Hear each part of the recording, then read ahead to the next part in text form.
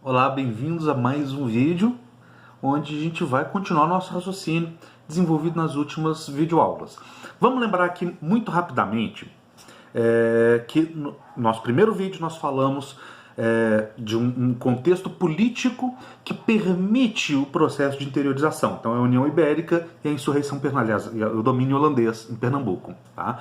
No segundo vídeo falamos da pecuária, no terceiro vídeo falamos da conquista da Amazônia, mais especificamente das drogas do sertão, onde eu tive um branco terrível ali e esqueci de outros exemplos de drogas do sertão. Eu havia citado o cacau e o guaraná. Na pausa agora eu fui correndo lá na apostila e dei uma conferida e me ocorreu outras drogas do sertão que podem aparecer no vestibular, como por exemplo a baunilha, a castanha do Pará, eu esqueci de novo, vamos lá, o urucum. O urucum é aquele negócio vermelho, né? O pessoal chama às vezes de coloral, né? Que dá um pozinho que os índios usavam para pintar a cara e a gente usa para fazer o molho bolonhesa ficar mais vermelhinho. Bom, próxima atividade econômica, que é uma atividade econômica política e também social, que marca esse processo de interiorização, é chamado normalmente de entradas e bandeiras.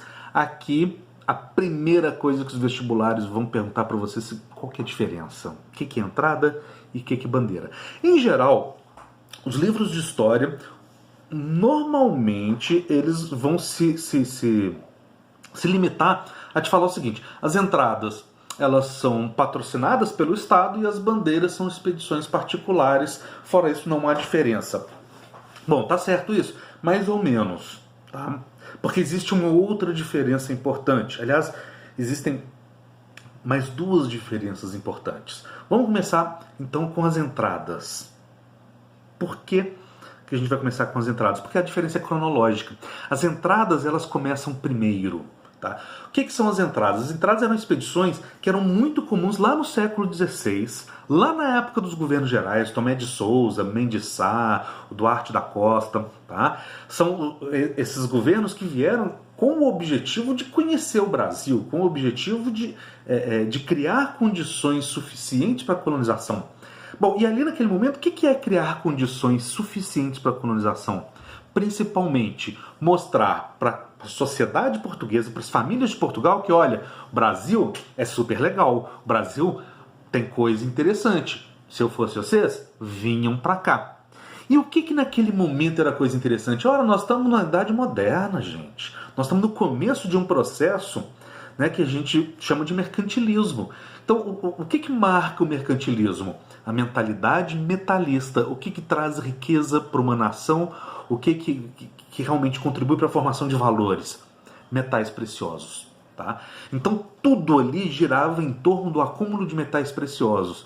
Quando a gente pensa, o que estimularia as pessoas a virem para o Brasil? A existência de prata e de ouro. Tá? Então, quando vem o governo geral para o Brasil, quando é criado aquele sistema lá em Salvador pelo Tomé de Souza, a coisa que mais está na cabeça desses caras é: temos que descobrir ouro, porque se descobrir ouro no Brasil, vai vir todo mundo, vai vir uma corrida do ouro. Tá? Então, é nesse espírito, é a partir desse raciocínio que os governos gerais brasileiros, a começar pelo próprio Tomé de Souza, vão organizar expedições oficiais. O próprio Tomé de Souza vai em uma delas, tá? Em direção ao interior do Brasil. Com qual objetivo? O objetivo de encontrar ouro. Então essa aqui nós temos todas as informações que a gente precisa sobre as entradas. As entradas, elas se concentram no início da colonização. Elas são organizadas e executadas pelo Estado. E elas têm como objetivo principal a descoberta de metais preciosos, com a função de quê? De estimular a vinda de colonos. Beleza? Bom, aí nós vamos para o século XVII. No século XVII há uma mudança de estratégia. Tá? Essa mudança de estratégia está ligada tanto ao contexto político e econômico do mundo, e aqui nós estamos falando principalmente de uma guerra que é mundial, que é a Guerra dos 80 Anos, tá? Como também está ligado ao fato de que a metrópole do Brasil muda, não é mais Portugal, não é mais Lisboa, agora é Madrid, não é mais Portugal, agora é União Ibérica. Então essa mudança de metrópole implica também numa mudança de estratégia de colonização. Tá? Então os espanhóis, eles têm uma tendência menor a concentrar tudo nas decisões do Estado e dar mais autonomia para os colonos. Isso vai acontecer na América Espanhola e vai ser trazido agora, durante a União Ibérica, para o Brasil. Tá? Então essas duas coisas vão, quer dizer, o contexto político-econômico que cria uma demanda para outro tipo de expedição, nós vamos ver daqui a pouco que outro tipo que é e por quê. Tá? E uma mudança no contexto político-administrativo, né? Onde agora a administração colonial ela tem mais a cara da Espanha do que de Portugal. Bem, no século XVII, o que acontece? O grande evento do século XVII para o Brasil é a presença dos holandeses. É um período curto de tempo. Nós temos 7 anos de guerra, de 1630 a 1637, 7 anos do governo Nassau, de 37 a 44, e depois 9 anos de guerra de expulsão. É um período curto, sim, são 24 anos ao total, de domínio holandês, mas esses 24 anos correspondem ao momento mais importante, no sentido de que é o que mais gera consequências para transformações do país. No caso específico dessas expedições para o interior, o que vai acontecer? Bom, a mesma Companhia das Índias Ocidentais, que manda uma expedição militar para controlar o Nordeste brasileiro, ela vai também mandar expedições militares em direção à costa oeste africana, ou seja, todos aqueles entrepostos portugueses para comércio de escravos vão ser tomados pelos holandeses. Isso significa que todo o comércio e todo o fornecimento, portanto, de escravos, tá, passa a estar nas mãos dos holandeses, que são inimigos de Portugal, enquanto Portugal está ligado à Espanha, enquanto tem a União Ibérica.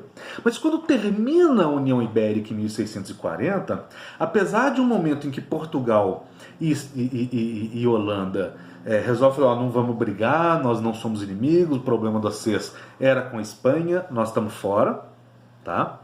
Continua havendo um certo atrito econômico na medida em que Portugal se coloca sob a proteção da Inglaterra, e a Inglaterra vai entrar em guerra contra a Holanda, tá? Que era aquela guerra ligada aos atos de navegação do Cromwell. Tá? Portugal eventualmente inclusive entra na guerra, que é quando Portugal manda soldados para ajudar os nordestinos na insurreição pernambucana. Ok? Bom,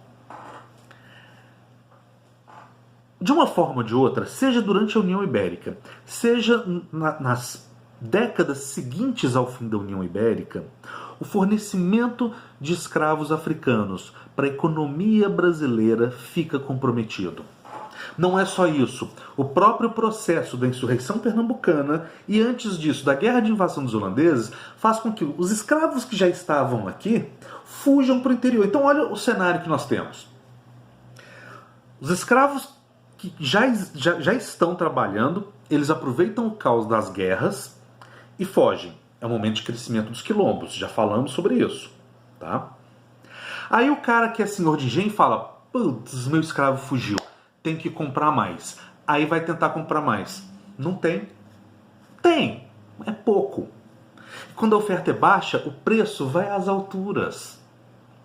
Então, substituir o que ele chamava de peças perdidas era um negócio economicamente inviável. Além disso, a economia açucareira, principalmente a que não é controlada pelos holandeses, ela não está indo muito bem. A concorrência com os holandeses do Nordeste era muito difícil, porque eles controlavam o transporte, o refino e o fornecimento lá na Europa. Além disso, quando os holandeses são expulsos de Pernambuco, eles vão para as Antilhas, lá no Caribe, e lá eles vão produzir um açúcar que é muito mais bem recebido no mercado, é mais barato, de melhor qualidade, tá? Alguns alunos já me perguntaram isso. É o açúcar de beterraba? Não, não é açúcar de beterraba. Açúcar de beterraba é um troço dos alemães lá do século XIX. Tá? Aqui é açúcar de cana-de-açúcar mesmo, que é produzido no Caribe holandês, nas Antilhas holandesas. Trindade e Tobago, Guiana. Tá? Então esse açúcar, ele concorre com o açúcar brasileiro. Então a economia brasileira está em queda, o preço do escravo está em alta, e isso vai gerar uma consequência meio óbvia. Qual que é a consequência meio óbvia?